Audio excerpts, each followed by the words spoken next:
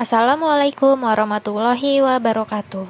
Halo, perkenalkan nama saya Herawati Wuryani Pramono dari kelas 5B Farmasi Stikes Karisma Persada. Di sini saya akan menjelaskan sedikit tentang komunikasi efektif. Komunikasi efektif adalah pertukaran informasi, ide, perasaan yang menghasilkan perubahan sikap sehingga terjalin sebuah hubungan baik antara pemberi pesan dan penerima pesan. Pengukuran efektivitas dari suatu proses komunikasi dapat dilihat dari tercapainya tujuan si pengirim pesan. Komunikasi efektif terbagi menjadi dua, komunikasi verbal efektif dan komunikasi nonverbal yang efektif. Komunikasi verbal efektif terdiri dari yang pertama, berlangsung secara timbal balik, yang kedua, makna pesan dapat disampaikan secara ringkas dan jelas, yang ketiga, bahasa yang digunakan mudah untuk dipahami. Keempat, cara penyampaian mudah diterima. Yang kelima, disampaikan secara tulus. Yang keenam, mempunyai tujuan yang bisa dianggap jelas. Yang ketujuh, memperhatikan norma yang berlaku. Dan yang terakhir, disertai dengan humor atau cara-cara menyenangkan lainnya.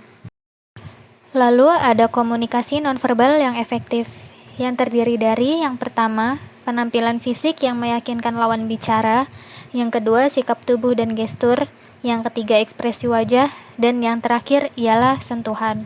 Biasanya, dalam melakukan komunikasi efektif, pasti kita sering mengalami hambatan dalam komunikasi efektif. Hambatan adalah faktor-faktor yang dapat mengganggu penerima suatu pesan. Karena terganggu, maka penerima pesan juga bisa salah dalam memaknai pesan balik yang diterima. Faktor yang berpotensi menjadi penghambat dalam komunikasi yang efektif adalah yang pertama yaitu perbedaan status sosial antara komunikan dan komunikator. Misalnya saja, karyawan harus tunduk dan patuh terhadap apapun yang dikatakan atasannya, sehingga karyawan tersebut takut menyampaikan aspirasi atau pendapatnya. Yang kedua, problem semantik, menyangkut bahasa yang digunakan komunikator dalam menyampaikan pesan. Kesalahan penyebutan bisa mengakibatkan sebuah kesalahpahaman dan beda penafsiran. Yang ketiga, distorsi persepsi, disebabkan perbedaan cara pandang yang sempit pada diri sendiri dan perbedaan cara berpikir pada orang lain. Hal ini menimbulkan hambatan perbedaan persepsi dan wawasan satu dengan yang lainnya. Yang keempat, perbedaan budaya. Dalam suatu organisasi terdapat beberapa suku, ras, dan bahasa serta agama yang berbeda, sehingga ada beberapa penggunaan kata yang memiliki arti berbeda pada tiap suku. Lalu yang kelima ada gangguan fisik. Gangguan lingkungan fisik seperti suara riuh orang-orang, suara petir, hujan, dan cahaya yang kurang jelas. Yang keenam, keterbatasan suara komunikasi. Gangguan yang disebabkan pada media yang dipergunakan dalam melancarkan komunikasi, misalnya sambungan telepon yang terputus-putus, suara radio yang hilang tenggelam, atau gambar yang buram. Terakhir, yang ketujuh, tidak ada umpan balik atau tanggapan. Hambatan di mana pesan yang disampaikan sang pengirim tidak diberi tanggapan. Maka yang selanjutnya terjadi adalah komunikasi satu arah yang sia-sia dan tidak efektif. Jadi, itulah beberapa contoh hambatan dari komunikasi efektif. Saya juga akan menjelaskan sedikit bagaimana caranya meningkatkan keterampilan dalam komunikasi yang efektif. Karena komunikasi yang jelas tentunya akan membuat orang lain dapat memperhatikan dan mengerti apa yang kita bicarakan. Cara yang pertama yaitu dengan melakukan kontak mata.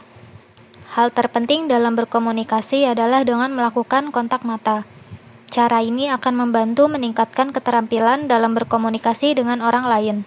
Saat berkomunikasi, kita harus selalu menjaga kontak mata ketika berbicara dengan orang lain ataupun saat melakukan presentasi.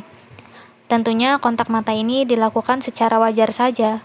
Mulailah dengan tersenyum saat kita akan berbicara dengan orang lain sehingga mereka merasa nyaman saat berbicara dengan kita.